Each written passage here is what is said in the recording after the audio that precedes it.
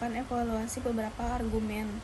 Evaluasi kinerja adalah suatu proses atau sifat seseorang dalam melakukan pekerjaannya atau tugasnya sesuai dengan tanggung jawabnya. Evaluasi kinerja tersebut dikemukakan oleh Leonce Mendelssohn. Dari penilaian beberapa ahli, bisa disimpulkan bahwa fungsi dari penilaian kinerja untuk mengetahui totalitas kerja karyawan tersebut. Memecahkan permasalahan perempuan dalam pekerjaan. Proses yang dilakukan dalam mekanisme MSDM mencakup spektrum manajerial yang luas, melalui dari perencanaan SDM hingga pemberhentian atau terminasi. Prinsip dasar praktek dan fungsi MSDM mempertimbangkan dua nilai utama keorganisasian, yaitu etika sosial dan hukum. Nilai etika sosial mencakup pelaksanaan tanggung jawab sosial organisasi, sementara nilai hukum berkaitan dengan komitmen organisasi dalam mengharapkan prinsip di mana semua pihak diberi kesempatan yang sama dalam penerimaan dan penempatan pegawai. Di samping itu, organisasi memiliki tanggung jawab untuk memenuhi hukum dan perundang-undangan yang ditetapkan pemerintah, khususnya yang berlaku dengan hubungan industrial. Baik nilai etika sosial maupun hukum menjunjung tinggi martabat dan kehormatan individual yang bekerja dalam organisasi, termasuk kaum perempuan. Jawab sosial organisasi tidak hanya mencakup kalangan eksternal, yakni masyarakat luas yang memiliki interaksi tertentu dengan organisasi, namun terhadap kalangan internal, terutama para pegawai yang memberi kontribusi utama bagi pencapaian tujuan organisasi.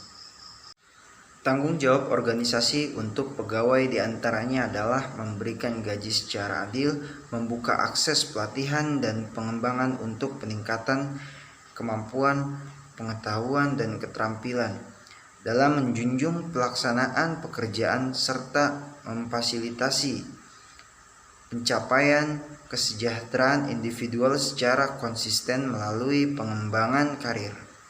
Nilai etika sosial dan hukum yang adil diimplementasikan organisasi akan memberi pengalaman positif bagi pekerja dan pada akhirnya akan meningkatkan kepuasan di antara pekerja perempuan. Ukuran kualitas hidup perempuan Indonesia cenderung meningkat. Namun, untuk mewujud kesetaraan perempuan dalam berbagai bidang bukanlah hal mudah. Masih diperlukan proses dan menghadapi tantangan. Sebagai wakil rakyat dengan tugas dan wewenang menyerap, menghimpun, menampung, dan menindaklanjuti aspirasi rakyat, terutama di daerah pemilih atau dapil, saya concern pada isu pemberdayaan perempuan. Isu ini penting direspon karena persoalan perempuan di Indonesia masih menumpuk.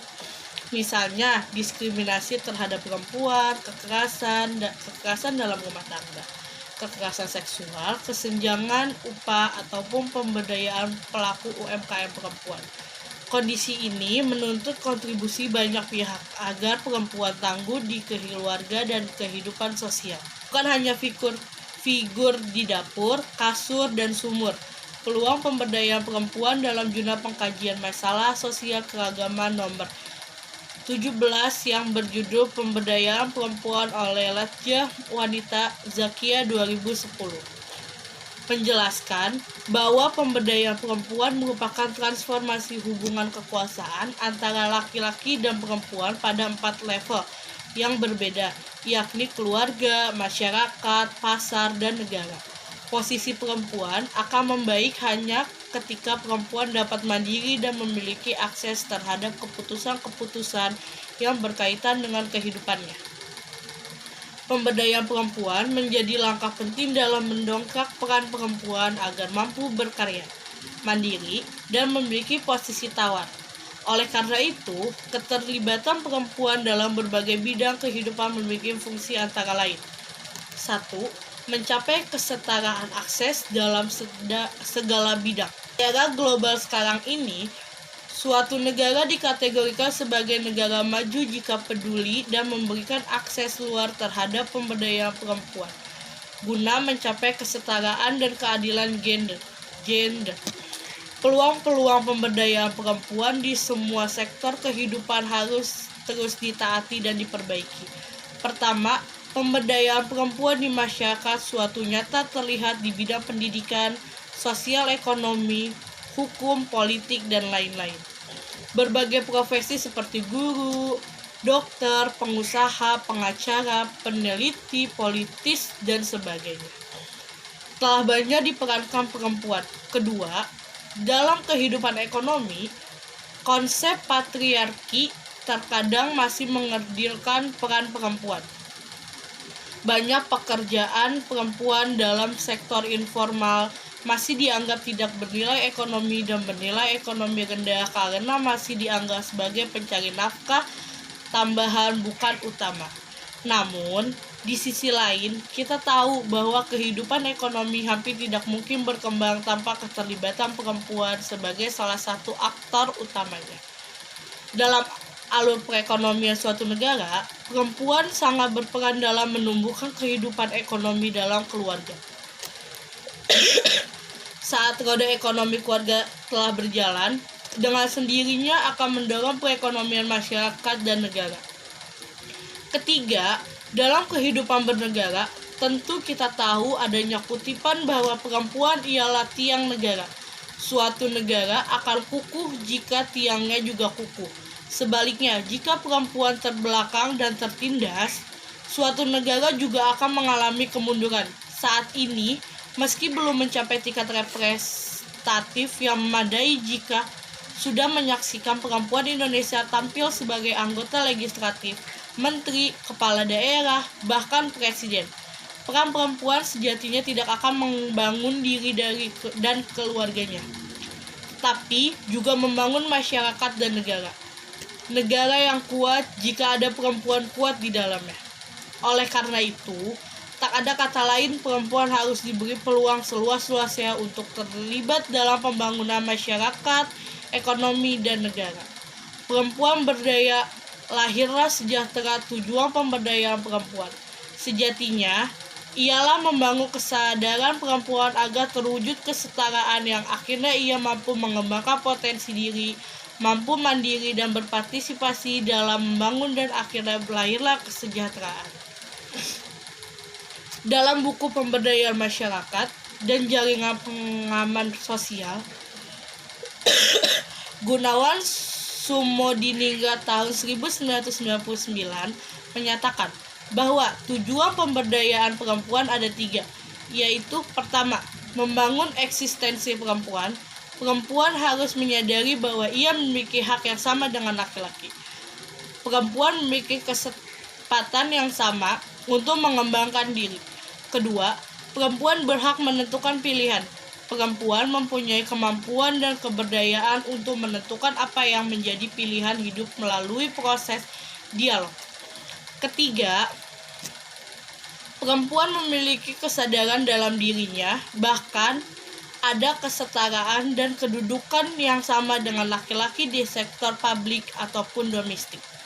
Jika 3 hal tersebut dipenuhi, dalam pandangan saya, mewujudkan kesejahteraan perempuan, anak, dan keluarga bukanlah utopia. Jika perempuan sudah memiliki kesempatan yang sama, memiliki hak menentukan pilihan, dan memiliki kedudukan setara di sektor publik atau domestik, disitulah perjuangan kesetaraan gender menemui titik puncak. Saya yakin pada titik tersebut perempuan telah mampu eksis di berbagai bidang, terutama di bidang politik sebagai pembuat dan pengambil kebijakan. Jabatan publik seperti bupati, wali kota, gubernur, menteri, anggota legislatif, ataupun pimpinan lembaga tinggi akan diisi oleh perempuan berdaya dalam jumlah yang signifikan. Semoga Jelaskan organisasi dan penuaan tenaga kerja. Persediaan karyawan, faktor ini adalah kondisi tenaga kerja SDM yang dimiliki perusahaan sekarang dan prediksinya di masa depan yang berpengaruh pada permintaan tenaga kerja baru. Kondisi tersebut dapat diketahui dari hasil audit SDM. dan Sistem Informasi SDM atau SISDM. Sebagai bagian dari Sistem Informasi Manajemen, sebuah organisasi atau perusahaan. Beberapa ada faktor. Yang pertama, karyawan yang akan pensiun, jumlah, waktu, dan kualifikasi sumber daya manusia yang akan pensiun yang harus dimasukkan dalam prediksi kebutuhan SDM sebagai pekerja atau jabatan kosong yang harus dicari penggantinya. Yang kedua, pengunduran diri. Karyawan prediksi, jumlah dan kualifikasi SDM yang akan berhenti atau keluar dan pemutusan hubungan kerja sesuai dengan kesepakatan kerja bersama atau kontrak kerja yang harus diprediksi oleh penggantinya untuk mengisi kekosongan pada waktu yang tepat, baik dari sumber internal maupun eksternal. Yang ketiga, kematian dan sebagainya. Prediksi yang meninggal dunia. Prediksi ini perlu dilakukan di lingkungan organisasi atau perusahaan yang telah dimiliki SDM dalam jumlah besar, yang seharusnya memiliki sistem informasi SDM yang akurat. Prediksi yang meninggal dunia dilakukan karena kemungkinan terjadi di luar kekuasaan manusia, atau tidak tergantung usia, sehingga mungkin saja dialami oleh pekerja yang usianya relatif masih muda. Menurut Andre F. Sikula dan John F. McKenna, dalam The Management of Human Resources, pada tahun 1989, ada beberapa unsur yang harus diperhatikan dalam perencanaan SDM, yaitu tujuan bahwa setiap organisasi mempunyai tujuan dan sasaran bagaimana mereka beroperasi, dan demikian, dengan aktivitas perencanaan sumber daya manusia memiliki tujuan berdasarkan pribadi atau individu sekaligus organisasi.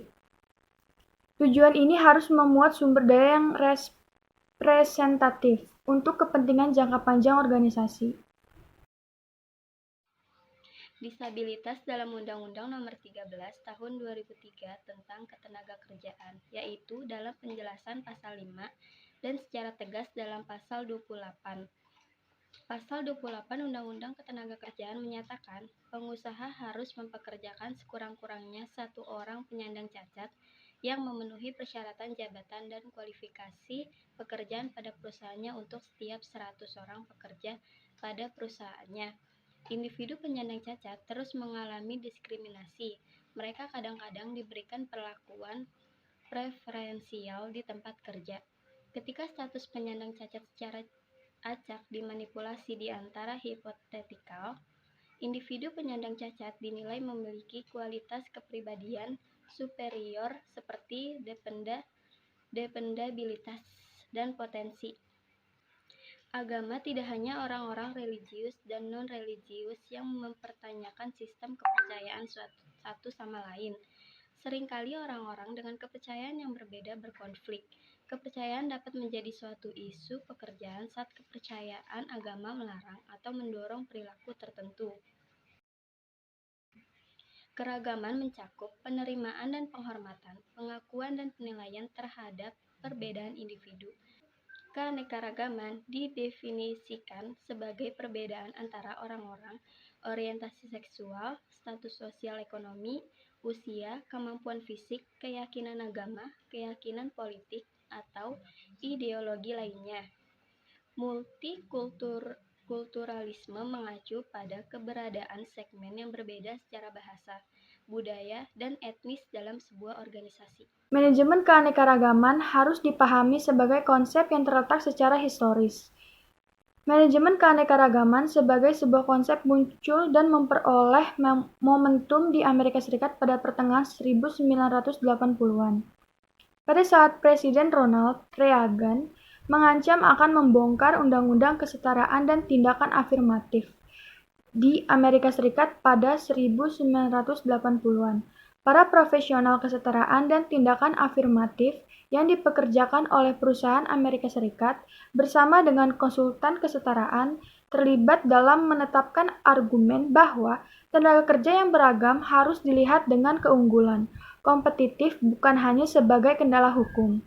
Pada dasarnya, pesan mereka adalah jangan mempromosikan keragaman karena itu adalah amanat hukum, tetapi karena itu baik untuk bisnis. Sejak saat itu, para peneliti mulai menguji sejumlah hipotesis tentang manfaat bisnis dari keragaman dan manajemen keragaman, yang dikenal sebagai kasus bisnis keragaman.